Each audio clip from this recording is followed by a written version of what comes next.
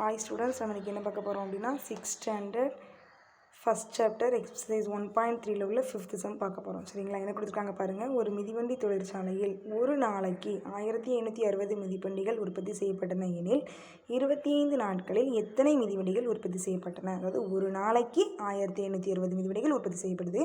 25 நாளைக்கு எவ்வளோன்னு கேட்டிருக்காங்க. அப்போ ஒரு நாள் கொடுத்துட்டாங்க, 25 நாள் கேட்டிருக்காங்க. இப்போ இது என்ன பண்ணணும்? நம்ம மல்டிப்ளிகேஷன், அதாவது என்ன பண்ணணும்? பெருக்கல். சரிங்களா? அப்போ ஒன்று கொடுத்து நிறைய கேட்டால் நம்ம என்ன பண்ணுறோம்? பெருக்கல் பண்ணணும். இது ஒரு வகை கணக்கு. இதை வகை நம்ம எப்படி எழுதலாம்? ஒரு நாளில் உற்பத்தி செய்யப்பட்ட மிதிவண்டிகளின் எண்ணிக்கை இப்படி கொடுக்கலாமா? அப்புறம் 25 நாட்களில் உற்பத்தி செய்யப்பட்ட மொத்த மிதிவண்டிகளின் எண்ணிக்கை. சரிங்களா? சால்வ் பண்ணலாமா? வாங்க. ஒரு நாளில் உற்பத்தி செய்யப்பட்ட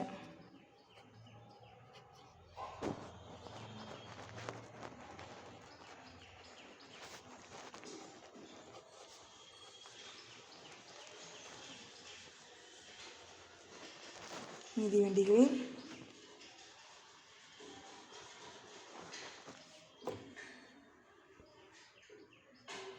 எண்ணிக்கை 1560. உண்மைங்க என்ன கேட்டிருக்காங்க?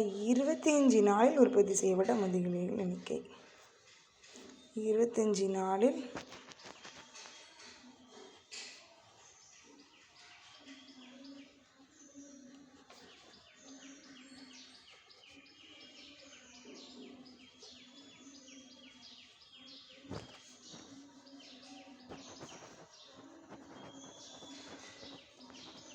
எழுதலாம். 1560 × 25 செய்யலாமா? இதில் செய்யல 0 5 0, அப்புறம் 6 5 30, அது இங்கே 0 இங்கே மீதி, அப்புறம் 5 5 25, 25 3 28, 8 இங்கே மீதி இங்கே 2, 1 5 5 2 7, 0 2 0, 0 கூட எது பெருக்கினாலும் 0 தான். அப்புறம் 12 12, 12க்கு 2 இங்கே மீதி 1, அப்புறம் 2 10, 10 1 11க்கு 1 மீதி 1, 1 2 2 2 1 0, இங்கேயும் 0, 8 2 10க்கு 0 இங்கே 1, 7 2 9 இங்கே 25 நாட்களில் உற்பத்தி செய்யப்பட்ட மிதிவண்டிகளின் எண்ணிக்கை எவ்வளவு? 39,000. சரிங்களா? ஓகே. நெக்ஸ்ட் அடுத்த மாரி எழுதுகிறேன். 25 நாட்களில் உற்பத்தி செய்யப்பட்ட மொத்த மிதிவண்டிகளின் எண்ணிக்கை 39,000. இப்போ பாருங்கள், அடுத்த கணக்கு 6. ஒரு நிறுவனம் புது ஆண்டிற்கான வெகுமதி தொகையாக, அதாவது வெகுமதி தொகைனா என்னது? போனஸ் சொல்லுவாங்க. சரிங்களா? 62,500 25 ஊழியர்களுக்கு சமமாக பங்கிட்டு வழங்கியது. ஒவ்வொருவரும் பெற்ற தொகை பார்த்தீங்களா? ஒவ்வொருவரும் இங்கே என்ன கொடுத்துருக்காங்க? ஒரு நாளைக்கு கொடுத்து 25 நாள் எவ்வளோன்னு கொடுத்துட்டாங்க. இங்கே 25 பேர்த்துக்கு இவ்வளோ அமௌண்ட்டு. அப்போது ஒருத்தங்க எவ்வளோ வாங்கினாங்க அப்படின்னு கேட்டிருக்காங்க. அப்போ இது என்னது? வகுத்தல். சரிங்களா? அப்போ இதை நம்ம எப்படி எழுதலாம்? 25 ஊழியர்களுக்கு சமமாக பங்கிட்டு விளையுது. எனவே 25 ஊழியர்கள் பெற்ற வெகுமதி தொகை எழுதலாமா? ஓகே. வகையை அப்படி தான் நம்ம உருவாக்கணும். சரிங்களா? 25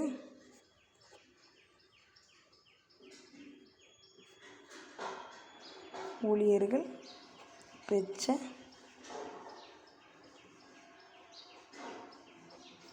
வெகுமதி தொகை எவ்வளோ? ரூபாய் 62,500. இப்போ நம்மளுக்கு என்ன கேட்டிருக்காங்க? ஒவ்வொருவரும் பெற்ற தொகை. இப்போ என்ன போடலாம்? ஒவ்வொருவர் இல்லைனா ஒருவர் பெற்ற தொகை போடலாம். ஒவ்வொருவரும்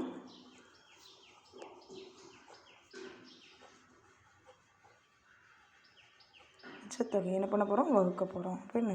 62,500 வகுத்தல் 25.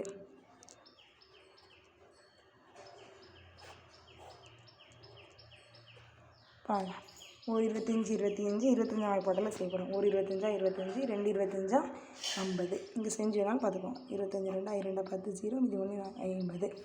3 25 போட்டோம்னா என்ன பண்ணிடுவோம்? நம்மளுக்கு கூட போயிடும். 75. அப்போ 2 25 50. மீதி என்ன? இங்கே 2, 6 5 கழிச்சிங்கன்னா 1 இறக்கலாமா? 5.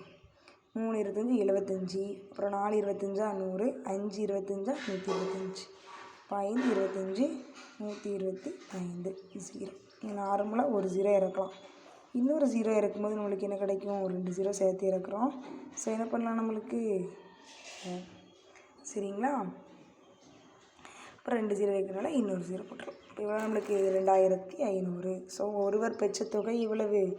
ரூபாய் 2500.